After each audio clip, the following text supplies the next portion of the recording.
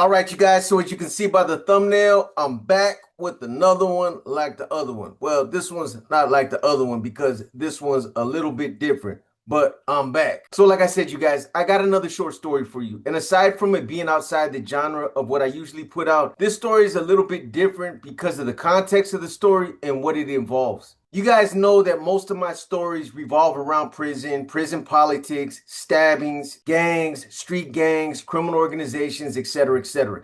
That's the kind of content that I usually gravitate towards, and that's the type of content that my channel is known for. But every now and again, I'll deviate from the norm, and I'll end up running a story on something that I stumble across in the mainstream media. You know, like I said, every now and then I'll run across the story that's just so over the top. The context or the storyline pushes the envelope so far or shocks the conscience so much that I just end up feeling compelled to share it with you guys. And this story definitely falls into that category. You know, I'm sure that you guys are well aware of the fact that we live in a very cruel and unforgiving world. It's evil out there. There's crazy shit happening everywhere. And unless you guys live in a bubble, you guys see the same things that I see. You hear the stories in the media, you hear the cases that are aired out on the news, and then some of you see it firsthand yourselves on the streets. To say that there's some violent, crazy, demented, cold, callous, and cruel people in this world is a serious understatement. You know, some of it's due to some people having some deep-seated mental health issues, or because something about the way that they choose to live their lives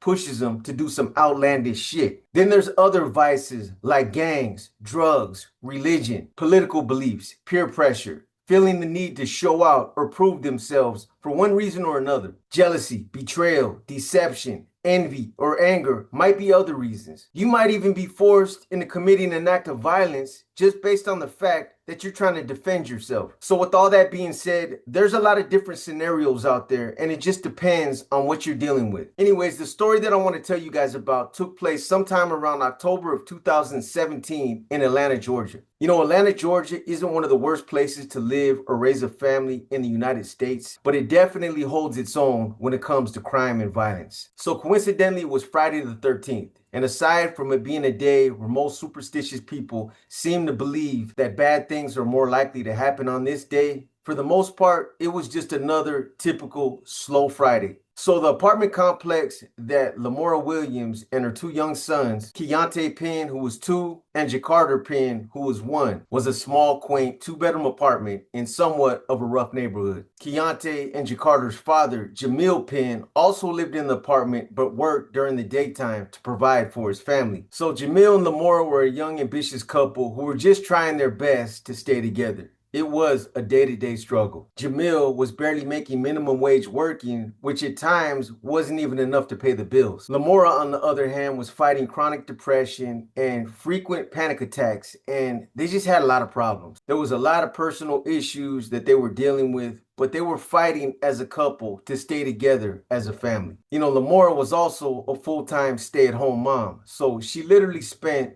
all her time watching over Keontae and Jacarter, cooking, cleaning, taking care of the apartment, and just being a mother. You know, by all accounts, Lamora and Jamil seemed to have languished in the fact that they were parents, and from what other people seen, they love their kids. But just right under the surface, lurking, serious mental problems began to take control of Lamora. You know, outside of their biological families, there wasn't too many people that seen Lamora's true close interaction with her 2 sons, Keontae and Jacarter. But in October of 2017, she became withdrawn, she was short-tempered, and she became verbally abusive to not only Jamil, but also to her 2 sons. So even though some of this was directed at Jamil, the brunt of it was directed at the 2 boys. So for the most part, he wasn't aware of what was really going on at home while he'd be at work. But at around that same time, because she had expressed a feeling of being overwhelmed and needing some help, Jamil started working overtime so they could hire a daytime babysitter and a part-time in-home caretaker who would come in and help Lamora watch the boys during the day. And this allowed Lamora to go out and do her grocery shopping or run her errands during the day. However, on Friday the 13th, 2017, after Lamora Williams claimed that she left her 2 sons with the babysitter for a short period of time, she later called 911 to report that she found her 2 young boys deceased in her apartment after returning home from the store. From the onset, as soon as law enforcement received this call, they were suspicious. They were suspicious about what had happened and considered Lamora a suspect almost immediately. Not only because she was all over the place in her phone call and her demeanor was off cue, but also because her story and her explanation about what had happened was so outlandish that you just knew something was wrong. So the following is a basic gist of the conversation that took place between the 911 operator and Lamora Williams on the night that she actually called. When I came home and I walked in, the stove was laying on my son. It was laying on my youngest son's head, and my other son was laid out on the floor with his brains all over him.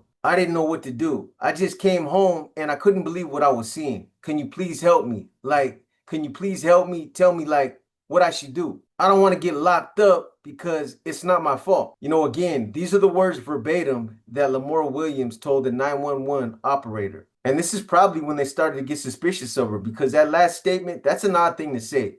That's not what a grieving mother would usually say in a situation like that. She just told the 911 dispatcher that she found her two sons, ages 1 and 2, deceased. And in that same breath, she asked for help because she's concerned that she might get arrested behind what other people might think was somehow her fault. It's just a strange thing for her to say, and it's got guilt written all over it. But anyways, after calling the 911 dispatcher, Lamora then calls the baby's father, Jamil Penn. She calls her two sons' father, Jamil Penn, via video chat, and she tells him in so many words that there's something seriously wrong with Keontae and Jakarta. At that point, she didn't tell him all the details of what happened specifically, but she just told him that something bad happened and that he needed to get home fast. Then she took her phone and panned it over to where their two young sons were laying on the floor deceased from being severely burned. Later on in the trial, Jamil would describe the video as something that you would see straight out of a horror movie. He also said that at first, he didn't believe it was real because the video was something that he couldn't get his mind to process. But then when he showed the video to one of his coworkers, his coworker told him, "You need to call the police immediately." And then the reality of what had happened started to sink in. So after calling the cops, Jamil jumped in his car and made a beeline for home. He had always known that Lamora had deep-seated mental issues and that she was becoming unpredictable, but he still couldn't make himself believe that she'd ever turn her aggressions on their children like that. So as he's driving home, he starts thinking about all these things. He starts blaming himself. How come I didn't see the warning signs? How come I didn't pick up on this earlier? I should have known she was falling off the deep end when she did this. That was definitely a sign when she did that, etc., etc. Like when Lamora would get tired of hearing either Keontae or Jakarta cry, instead of going in and picking them up to see if they wanted a bottle, to be changed, or just to be held, she just let them cry. Unfortunately, seeing a lot of frustrated, impatient parents is a common thing to see. Consistent, loud crying is something that a lot of people just don't have patience for. But this is only because they lack proper parenting skills and really don't understand the concept of why babies cry. I know it sounds crazy to be as simple as something like that, but when it's explained at a place like a Planned Parenthood class, it puts things in perspective. Because when a baby is constantly crying and it's loud, repetitive, and it becomes annoying, the parents that end up getting frustrated only get frustrated because they look at it with tunnel vision. That the baby's just a crybaby, that it's loud, and that it's just being difficult. They have no other means of communicating but by crying. Literally, for everything. It's instinctive for them. They know that somehow, some way, they have to make noise, and they need to let you know that I'm hungry, man. Feed me, Seymour. Come on, man, I'm hungry. So this is the only method they have of communicating with you, by annoying you, by getting under your skin, by telling you, "Hey, buddy, get over here and change my diaper." That's what they do. That's what they're supposed to do. And parents are supposed to understand this. So in all actuality, when it's explained like this, then they develop patience and they understand. Like I said, obviously babies can't talk. They don't develop the ability to do this until later. But in the meantime, they depend on us as parents to do everything for them. And I do mean everything.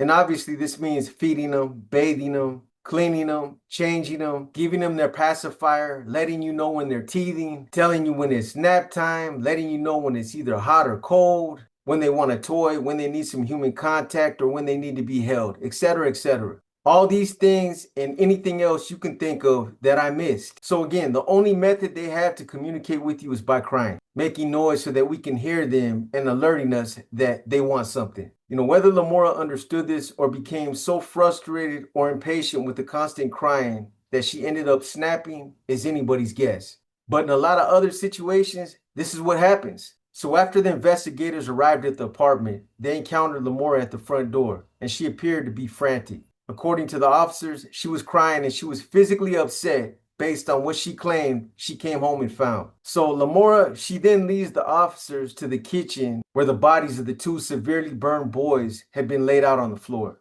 And having had an extensive amount of experience processing crime scenes, one of the first things that became visibly clear to both of these officers is that the crime scene had been staged and tampered with. The bodies were laid side by side and the stove was dumped over on its side. So at that point, because of the suspicious circumstances regarding the crime scene and the inconsistencies in Lamora's statements, the officers decided to place Lamora in handcuffs and to have her transported to the station for a full interview. So after conducting an extensive investigation and processing the crime scene, the investigators determined and theorized that this is what happened. So whether or not Lamora was a frustrated parent or whether she experienced some type of mental meltdown, at some point that morning, she led both Keontae and Jakarta into the kitchen that morning and physically put both of them in the oven. So based on the autopsies and the medical findings, they don't believe that the oven was turned on yet at that point.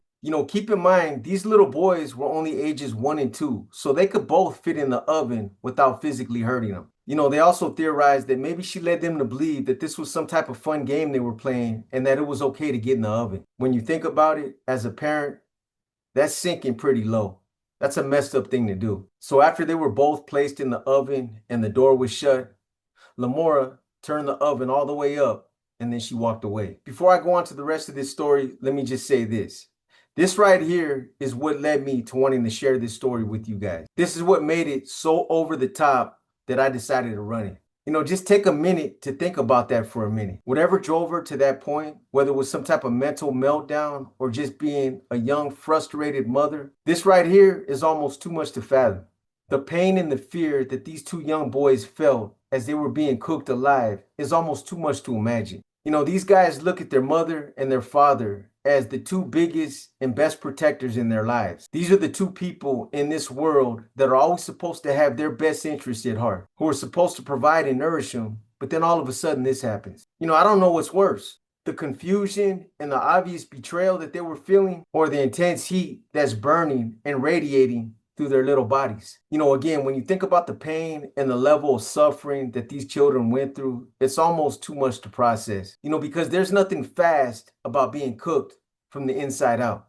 You feel every minute of it. And then for Lamora, hands down, she must have been seriously crazy, or she must have fallen far off the deep end in order for her to do her own flesh and blood like that. Knowing that from the minute she closed the door to the oven and turned the temperature all the way up, that her two sons were being cooked alive is just crazy. How does a mother do that? How does she disconnect and turn off her protective motherly instincts that usually would drive any mother to give their lives to save or protect their babies? It almost defies the imagination when you think about it. But however it happened, this is what Lamora did. So when Jamil, the baby's father, called the cops and told him about the phone call he had just received from Lamora, he also advised them of the video that she showed him. He went on to tell him that he believed that something bad had happened and that this wasn't normal. Then Jamil left work and headed for his apartment. So when he first got to the apartment, some of the investigators and the first responders that had been called out were just getting there themselves. And this is when Jamil found out about the grave circumstances surrounding his two sons and the horrific details of what Lamora had done. And as soon as Jamil found out what happened, he immediately made his way to the kitchen and opened up the oven. And of course, the bodies of Keontae and Jakarta had been moved by the coroner and the investigators that were assigned to the case, but the entire kitchen was still a crime scene, and you could still smell the burning flesh from where the bodies had been removed. You know, the visuals and the putrid smell was something that would probably end up being traumatized by for the rest of his life. So after the apartment was processed as a crime scene, the only evidence that police were seen taking from the apartment was the entire oven, several bottles of prescription medication that Lamora was allegedly taking, and other miscellaneous items. So from there, Lamora Williams was taken to the Fulton County Jail and charged with 2 counts of first-degree homicide, felony homicide, aggravated assault, cruelty to children both in the first degree and second degree, concealing the death of another, and making false statements. You know, later on, she would end up going to trial and getting wiped out on all charges. And her criminal defense attorneys, they tried to mount an insanity defense, claiming that she was mentally unstable and suffering from a psychotic episode when this incident occurred. But the jury disagreed. And they disagreed based on the factual evidence, none of which was in contention. They said that she knowingly planned these events by orchestrating a ruse that led to her sons Keontae and Jakarta being placed in the oven. Then, as a component to them being placed in the oven and the door being shut behind them, she turned the oven on, which ended up being a continued element in that process. So they weren't buying it. Also, the fact that she attempted to articulate a fake concocted story for the purpose of concealing her guilt and covering her tracks clearly demonstrated that she was well aware of everything she was doing. The only evidence that was argued over were some of the preliminary findings with respects to the actual cause of death or the method of death. Now, if you guys remember, at one point when the investigators first entered the apartment, they noted that the oven was tipped over on its side and that the crime scene appeared to be staged or tampered with. You know, the theory that one of the detectives initially made was that the 2 boys were laid down side by side on the kitchen floor, and then that only parts of their bodies were placed inside the oven before it was turned on. But the medical examiner refuted these findings based on the burn patterns that covered their entire bodies. Even more importantly, the medical examiner in his report also noted that both Keontae and Jakarta had both suffered thermal changes due to dry heat exposure. This is a condition that could have only come from prolonged exposure to heat. In other words, they were placed inside the oven, and no pun intended, but they were hotboxed. Anyways, in the end, a Fulton County Superior Court judge sentenced Lamora Williams to life in prison plus an additional 35 years for the special allegations. So Lamora's mother, Brenda Williams, she also testified at the trial as a character witness. She claimed that she continuously sought help for her daughter Lamora and that she adamantly appealed for help due to her daughter's clear state of mental illness. No one would provide financial assistance or advice on any other course of action. She went on to say that she felt like she was fighting a never-ending losing battle and that the help just wasn't there. You know, I think the biggest surprise at her trial came when Jamil, the baby's father, came in to testify. He actually came in and forgave Lamora, saying that he couldn't continue to blame her when it wasn't her that committed these horrendous acts. He said that it was the demons that she was fighting and that the mental health problems were to blame. I'll tell you like this, he's definitely a better and stronger man than me in that regard. Because I don't know if I would have been able to be that forgiving. The visuals and the thoughts of my 2 sons being cooked to death would have canceled out any measure of forgiveness in my heart. But that's just me. Everybody handles trauma and grief different. So maybe that was just his way of letting it go and giving himself back his own peace of mind.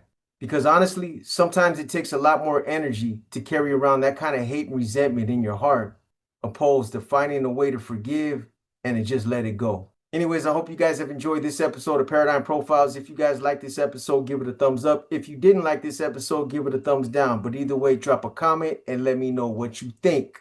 As always, I just want to thank those of you who continue to show your unwavering loyalty and for just continuing to tap into the channel. For those of you that are wondering, Chewy's doing better. I think I got his insulin regulated, but I'll find out this week. Either way, I'll keep you guys updated on his status, and I'll continue to let you guys know how he's doing. So until the next one, you guys keep pushing that positivity and enjoy the rest of your day. With that being said, this is your boy B, and I'm gone.